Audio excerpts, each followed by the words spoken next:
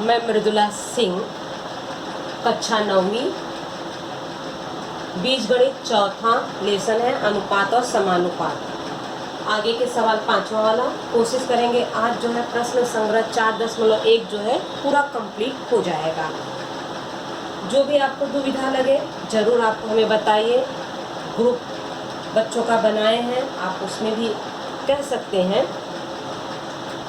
अब आ जाओगे 5वां वाला सवाल, निम्नलिखित अनुपातों को प्रतिशत में रूपांतरित करना है। इसके पहले प्रतिशत दिया गया था, हम अति संक्षिप्त किए थे। अब इनको प्रतिशत में रूपांतरित करना है। जब प्रतिशत शब्द कहा जाए तो इतना तुरंत आपके दिमाग में आ जाना चाहिए। हमें जो है इसको बटे 100 लाना होगा। जब बटे 100 लाएंगे तो जाके वो प्रतिशत में रूपांतरित होता है। जैसे इसके पहले हमने सवाल किए थे, जैसे 3% लिख दिए थे, तो इसका मतलब क्या हो गया था 3/100। अब इन सभी सवालों को जो है हमें प्रतिशत में जो है हल करना है। मतलब हमें ऐसे करना होगा, अंकों का गुणा या भाग करेंगे कि हर में ऊपर वाले अंक को अंश, नीचे वाले को हर कहते हैं। हर में जो है 100 आना चाहिए। 100 आने के बाद 100 को काटोगे नहीं, काटोगे तो प्रतिशत में रूपांतरित बिल्कुल नहीं होगा। सवाल हल करवा रहे हैं, आशा करते हैं आपको समझ में आएगा। यहाँ पे अनुपात दिया गया है, आपको पहले ही बताए हैं अनुपात वाले सवाल में क्या करते हैं, पहले हम बटे करते हैं। तो चलो कर देते हैं, थोड़ा सा नीचे करेंगे क्योंकि हमको वो काटना होता है। 15/25, जरा ध्यान दोगे। हमने सिर्फ अनुपात को बटे में किए हैं। अब हमें क्या करना होगा, इसको प्रतिशत में लाना है तो हमें हर में 100 लाना होगा। 25 में हम कितने का गुणा करेंगे कि 100 होगा, 25 चौका 100। तो डायरेक्ट हम यहाँ 4 में नहीं करेंगे, अंश और हर में उसी अंक का गुणा करेंगे।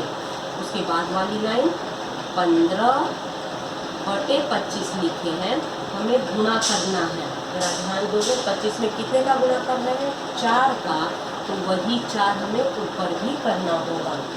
उसके बाद वाली लाइन 25 चौका 100 हो गया, 15 का 4 में गुणा करोगे कितना होगा, 15 चौक 60 बटे लगाओगे। कभी कभी बटे भूल जाते हो, इतने मतलब जल्दबाजी रहते हो, बटे भूल जाते हो, 100 लिख देते हो। बाद में जब टीचर क्रॉस कर देते हो तो चिल्लाते हो, टीचर सही तो खाली बटे तो नहीं लगाए थे, लेकिन बटे नहीं लगाए थे भैया, तो वहाँ पे नंबर जो है कट जाते हैं। 15 का 4 में गुणा किए 60/100। अब देखोगे ये आंसर आ गया। अब इसका आंसर क्या होगा, बराबर लिखोगे 60%। सवाल क्या था, दिए गए सवालों को प्रतिशत में रूपांतरित करो, तो यहाँ पे आ गया आपका 60%। अब दूसरा वाला सवाल 47/50। तो अनुपात है तो इसके लिए हम क्या करेंगे, पहले बटे करेंगे। तो चलो बटे करते हैं, बराबर 47/50 बराबर करते जाओगे। गणित ऐसा है जब हम सवाल सिस्टमेटिक अप्रोच हल करते हैं तो बराबर होना बहुत जरूरी है। एक लाइन में एक बराबर तो कम से कम होना ही चाहिए। अब विचार करोगे, पहले हर देखेंगे, हम अंश से लेना देना नहीं, हमें हर से लेना देना है कि बटे में 100 आना चाहिए। 50 है, कितने का गुणा करेंगे, 100 होगा 2 का। उसके बाद वाली लाइन 47/50 पहले लिख लो, गुणा चिन्ह लगा दो। हमें 2 का गुणा करना है तो अंश में भी 2 का गुणा करना होगा। चलो गुणा करते हैं, 2 सते 14, 2 चौक 8 और एक हासिल जोड़ोगे 9 बटे 2 का 50 में करोगे 100। हर में 100 आ गया तो डायरेक्ट लिखोगे 94%। तीसरा वाला सवाल 7/10। 10 में कितने का गुणा करोगे, 100 होगा, 10 का करोगे 10 और 10, ये हो गया 70/100 बराबर 70%। अब यहाँ पे आ जाओगे, बराबर 546/600। अंक तो 100 के ऊपर चला गया है। इसमें हमें क्या करना होगा, इसमें गुणा करेंगे तो अंक तो और भी गुणा होगा, इसमें हमें भाग देना होगा। 600 में हम कितने का भाग देंगे, 100 होगा 6 का, तो भाग देना होगा। तो यहाँ पे ऐसे भाग चिन्ह लगाओगे, ध्यान दोगे सभी में हम गुणा किए, क्योंकि अंक जो है 100 से छोटे थे तो गुणा करने पे 100 आता था तो गुणा किया। यहाँ अंक जो है 100 से ज़्यादा है तो यहाँ पे हम भाग दे रहे हैं। जरूरी नहीं कि अंक छोटा रहे तो हमें जो है गुणा ही करना होता है, आगे हम बताएंगे क्या करना है। 100 से ज़्यादा है, इसमें हम 6 से भाग देंगे तो 100 होगा, तो यही 6 यहाँ पे लिखेंगे। इसके बाद वाली लाइन जरा ध्यान दीजिए, 6 का 600 में भाग दोगे क्या हो जाएगा 100। 6 का 546 में भाग दोगे तो कितना होगा, तो आपने चले जाओ 546 में भाग दो, 6 9 54, फिर बगल से अंक उतारोगे 6 कम 6, पूरी तरह से भाग जा रहा है 91, तो यहाँ पे लिखोगे 91, इसके बाद होगा 91%। और आया समझ में। अब इसके बाद पांचवा सवाल है 7/16। अब इसे हम कितने का गुणा करेंगे, 100 होगा, बड़ा मुश्किल काम है। कोई भी ऐसा अंक नहीं है कि डायरेक्ट हम गुणा करें जो है 100 आ जाए। ऐसे सवालों के लिए जो है हमें हर में जो है 100 लाना है, तो हम 100/16 का गुणा करेंगे। मतलब यहाँ गुणा चिन्ह लगाए हो, 100/16 हम क्यों लिखे हैं, क्योंकि यहाँ 16 पहले से 16 को हटाने के लिए हम क्या करेंगे, तो 100/16, यहाँ 16 है इसीलिए यहाँ 16 लिखे हैं। यही अंक हमें ऊपर लिखना है। फिर से ध्यान दोगे, हर में 16 हटाने के लिए हमें यहाँ 100 लाने के लिए क्या करना होगा, तो 100/16, 16 कटेगा तभी तो 100 होगा, तो यही अंक हम ऊपर लिखेंगे। अभी तक चारों सवाल में क्या किए थे, जो भी गुणा या भाग करना होता है अंश और हर में वही अंक लिखा जाता है। तो हम यहाँ गुणा किए हैं किसका, 100/16 का, तो अंश में भी उसी का करेंगे। अब जरा ध्यान दीजिए, ये 16 और ये 16 कट गए, हर में कितना बचा, ध्यान दोगे यहाँ बचा है 100। अब वहाँ देखोगे, उसके लिए हम रफ में जा रहे हैं, यहीं पे करेंगे तो दिक्कत होगा। 7 × 100/16, चाहो तो अति संक्षिप्त कर लो, 2 × 10, 0 लगाओगे, 2 × 8 = 16, 2 × 8 हो जाएगा 25। इतना आया समझ में, क्योंकि एक पूरी क्रिया हम हल कर रहे हैं तो यहाँ पे हल करोगे। जब भी आप सवाल कॉपी में हल करते हो तो एक जो है बना लोगे, एक इसके लाइन खींच के वहाँ पे ऐसे रफ शब्द दिया करो। कॉपी के पीछे जाते हो हल करके, जब यहाँ पे आते हो एक अंक जो है आंखों से गायब हो जाते हैं और बाय मिस्टेक गलती हो जाती है, तो सामने ही रफ करो, एक लाइन खींच दो, रफ लिखो, जो भी क्रिया है यहाँ करोगे, समझ में आएगा हम कहाँ गलती किए हैं। अब उसके बाद यहाँ तक हो गया, क्या आया 7 × 25, जरा ध्यान दोगे 7 अंश में है, हर में बिल्कुल नहीं है, हर में सिर्फ 4 अंक है। 7 का 25 में गुणा करो, 7 × 5 = 35, 3 हासिल होगा, 7 दूनी 14, 14 और 3 जोड़ोगे कितना हुआ 17/4। अब इस 4 का 175 में भाग देना है, 4 का 175 में भाग दो, 4 चौक 16, 7 में से 6 घटाओगे तो एक आएगा, बगल से अंक लोगे, अंक है 15, पहाड़ा पढ़ो, 7 दूनी 14, 7 का नहीं सॉरी 4 का पढ़ना है, 4 एकम 4, 4 दूनी 8, 4 तियाँ 12, 4 चौक 16, 4 तियाँ 12, 5 में से घटाओगे। अब आगे अंक नहीं है, दशमलव लगाएंगे, दशमलव लगाए तो आपको 0 मिल ही जाएगा। फिर 4 का पहाड़ा पढ़ना है, 4 × 7 = 28, बगल से हासिल लोगे 2 हो जाएगा, ये 10 हो जाएगा, 10 में से 8 घटाओगे 2 आया है, दशमलव है तो एक 0 मिलते जाएंगे, 4 × 5 भाग देने पे कितना है 43.75, तो ये होगा 43.75, यहाँ पे प्रतिशत चिन्ह लगाओगे। सवाल कुछ जरा जो है थोड़ा सा समझने में आपको यहाँ पे परेशानी होगी कि यहाँ पे बटे क्यों लगाए, फिर जो है काटे तो ये साथ कहाँ गया, तो ये साथ कहाँ गया हम रफ के माध्यम से समझाए। अगर यहाँ करते सवाल लंबा लंबा होता जाता, बिल्कुल नहीं समझ में आता। हर में से हमें जो है जो भी अंक है गुणा भाग करके जो है हमें हर में 100 लाना है। यहाँ पे देखो हर में 100 लाना है, तो 16 में डायरेक्ट हम इतना नहीं गुणा कर पाएंगे कि 100 आ जाएगा, तो 16 को हटाने के लिए 100/16 का हमें गुणा करना पड़ रहा है, इसलिए हमें अंश में भी वही करना पड़ेगा। तो 16 काट दिए तो यहाँ तो 100 आ गया, लेकिन ये वाली जो क्रिया है यहाँ पे हम करके बताएंगे 7 × 100/16। 7 अंश में ही रहेगा, अति संक्षिप्त करते जाओ, ये आया, फिर भाग दोगे, जो अंक आए वो अंक यहाँ पे लिख दिए, बताया गया व्यवस्थित। बाद में इस 100 की जगह क्या लिखेंगे हम, प्रतिशत। अब जो है छठा, सातवां, आठवां सवाल जो है आपकी इबारती सवाल है। इबारती सवाल के जो है आपको थोड़ा सा जो है समझने की आवश्यकता है। पहले सवाल समझोगे, सवाल में क्या पूछ रहा है। अनुपात वाले सवाल है तो समान गुणज जो है x ही मानेंगे, x और y मानेंगे, सवाल हल ही नहीं होगा। अब जो सवाल पहले पढ़ रहे हैं, आभा और उसकी माँ की वर्तमान आयु का अनुपात 2:5 है। आभा के जन्म के समय उसकी माँ की आयु 27 वर्ष थी। आभा और उसकी माँ की वर्तमान आयु ज्ञात करो।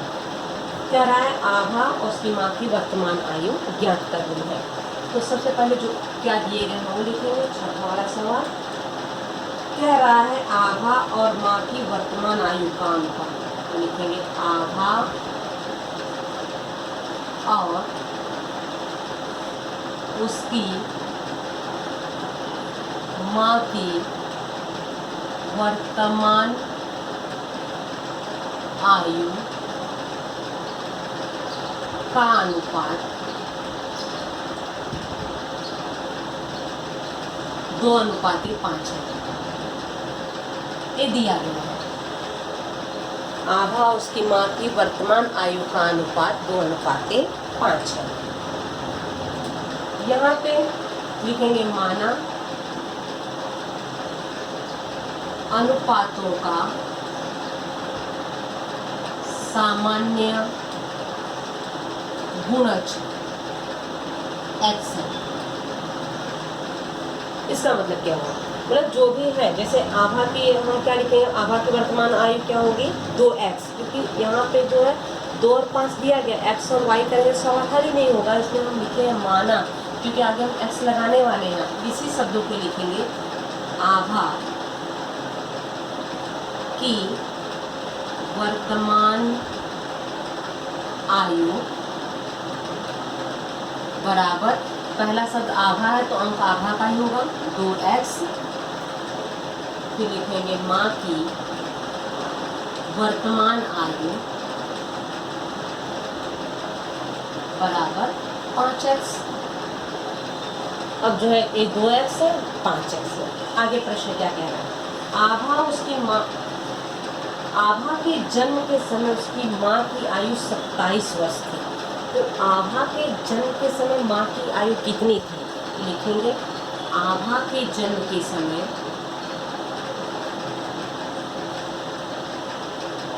आभा के जन्म के समय माँ की आयु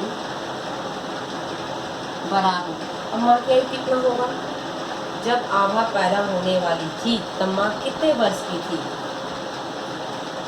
5x - 2x घटा देंगे तो बराबर क्या हो जाएगा 3x। तो जब आभा पैदा हो रही थी तो माँ की आयु कितना था 3x।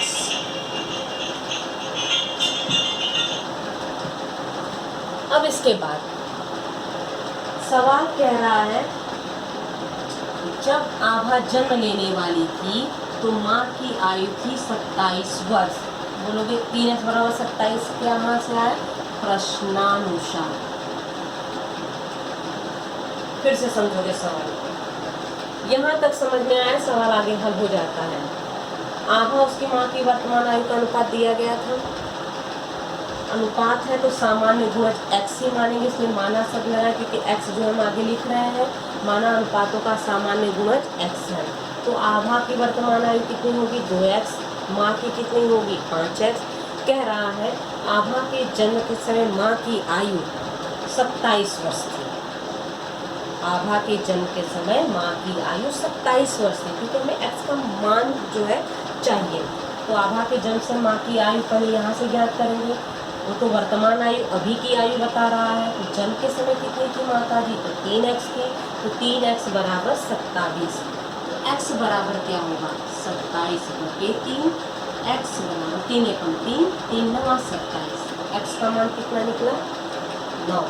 तो अब लिखेंगे आभा की वर्तमान आयु,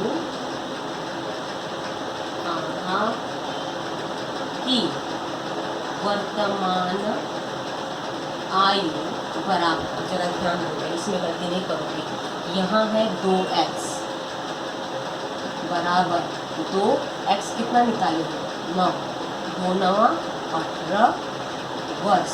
18 वर्ष कौन है आभा है। अब माता जी का निकाल लो। माता की वर्तमान आयु, माता की वर्तमान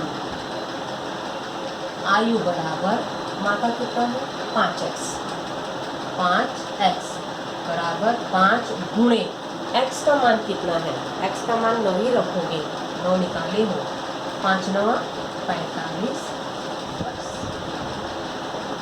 तो आभा की वर्तमान आयु कितनी होगी 18 वर्ष, माता की वर्तमान आयु कितनी होगी 45 वर्ष।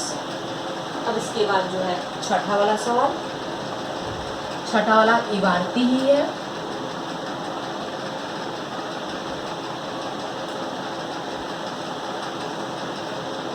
छठा हो गया। सातवां वाला सवाल, सातवां है वत्सला और सारा की वर्तमान आयु क्रमशः 14 वर्ष और 10 वर्ष है।